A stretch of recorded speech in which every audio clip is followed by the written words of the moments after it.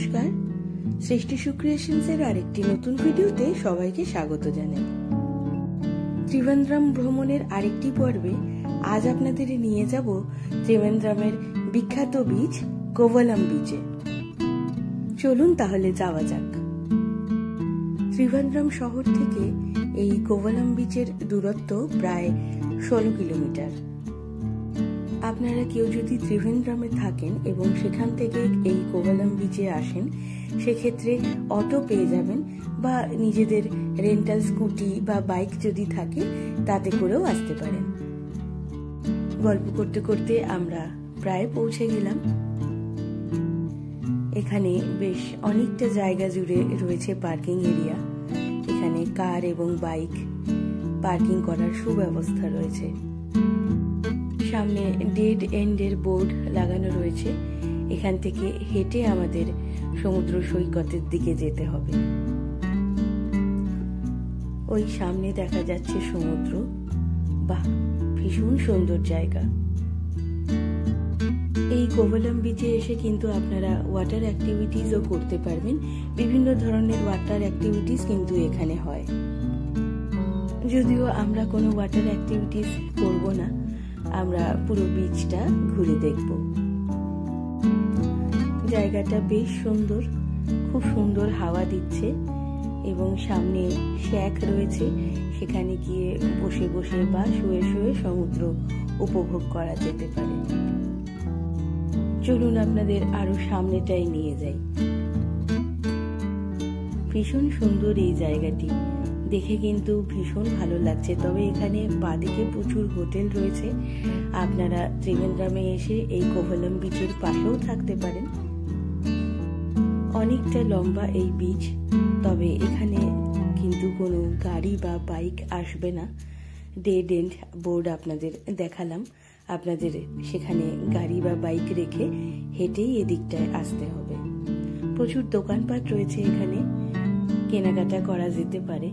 তবে আমার কিন্তু একটু দামটা চড়া লেগেছে।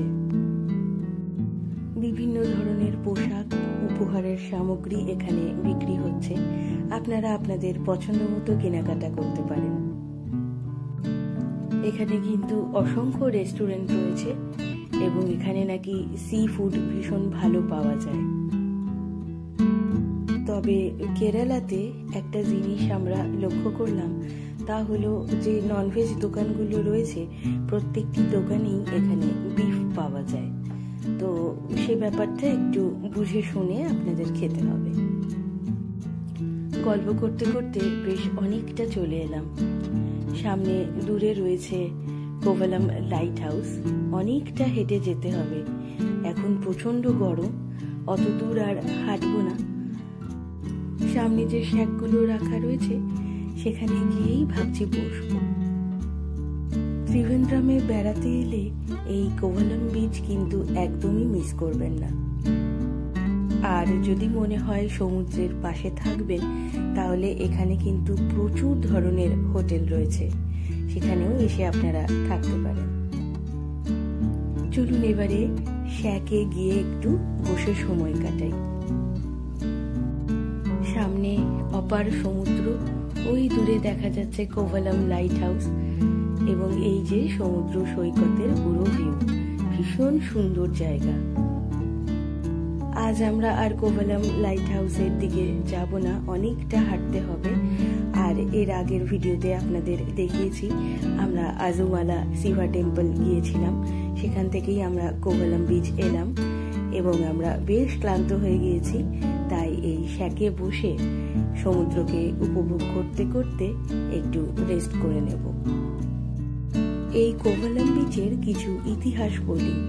1920 দশকের শেষে যখন ত্রিভাঙ্করের শাসক মহারানী সেতু লক্ষ্মীবাই এখানে তার সমুদ্র সৈকত অবলম্বনে একটি দুর্গ নির্মাণ করেছিলেন, তখনই প্রথম কোভালাম চোখে পড়ে এবং ত্রিভাঙ্করের মহারাজা এই স্থানটিকে জনসাধারণের নজরে আনেন। শ্যাকে শুয়ে শুয়ে আমরা সমুদ্রকে উপভোগ করছি। এখানে শ্যাকের ভাড়া নিয়েছে 1 ঘন্টায় 2টো শ্যাক 100 টাকা, মানে 50 টাকা করে। সমুদ্রে আসবো আর সমুদ্রের জলে পা ভেজাবো না, তা কি করে হয়? যদিও আমরা আজ সমুদ্রে স্নান করব না, তবে একটু পা তো ভেজাতেই হবে। জায়গাটি ভীষণ সুন্দর। আরব সাগরের তীরে আরব সাগরের জল আমার পাকে স্পর্শ করছে, ভীষণ ভীষণ ভালো লাগছে। একটু আগ অব্দিও কিন্তু বেশ গরম ছিল, তবে এখন আকাশটা একটু মেঘলা হলো আর হালকা ছিটে ফোটা বৃষ্টিও পড়ছে, তাই আবহাওয়াটা একটু হলেও ঠান্ডা হয়েছে। খুব সুন্দর হাওয়া চলছে এখন, এখানে বসে থাকতে ভীষণই ভালো লাগছে। আপনারা এই কোভালাম বিচে বেড়াতে এলে অবশ্যই কোভালাম লাইট হাউসে যাবেন। জায়গাটি ভীষণ সুন্দর, আমি ভিডিওতে দেখেছি, এবং কোভালাম লাইট হাউসে ওঠার জন্য লিফট রয়েছে। ওপর থেকে সমুদ্রের ভিউটা দেখতে ভীষণই ভালো লাগে। তবে আমরা ভীষণ ক্লান্ত হওয়ায় আজ আর অত দূরে হেঁটে যাব না। ভবিষ্যতে কোনদিন যদি আবার কোভালাম বিচে আসি, তাহলে অবশ্যই এই লাইট হাউসটি ঘুরে দেখব। এই সমুদ্র সৈকতটি দেখতে কিন্তু ভীষণ সুন্দর। আরব সাগরের তীরে রয়েছি আমরা, এবং এখানকার সুন্দর মনোরম পরিবেশ এবং এত সুন্দর সমুদ্রের ঢেউ আমরা উপভোগ করছি। এই সমুদ্র সৈকতে 1930-এর দশকে তৎকালীন ত্রিভাঙ্করের রাজার ইউরোপীয় অতিথিরা পর্যটন কেন্দ্র হিসেবে এই জায়গাটিকে বেছে নিয়েছিলেন।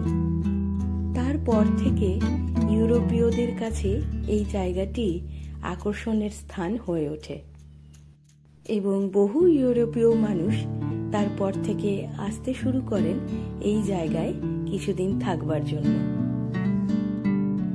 গল্প করতে করতে বেশ অনেকটা সময় আমরা এখানে কাটিয়ে ফেললাম। ভীষণই ভালো লাগছে। পরপর অনেকগুলি শ্যাক রয়েছে, প্রচুর মানুষ এখানে রয়েছেন, প্রচুর বিদেশি মানুষরা এখানে আনন্দ করছেন। এটা দেখেও ভীষণ ভালো লাগছে। আমাদের ভারতবর্ষে কত যে সুন্দর সুন্দর দেখার জায়গা আছে, তা সত্যি প্রত্যক্ষ না করলে বিশ্বাসই করা যায় না।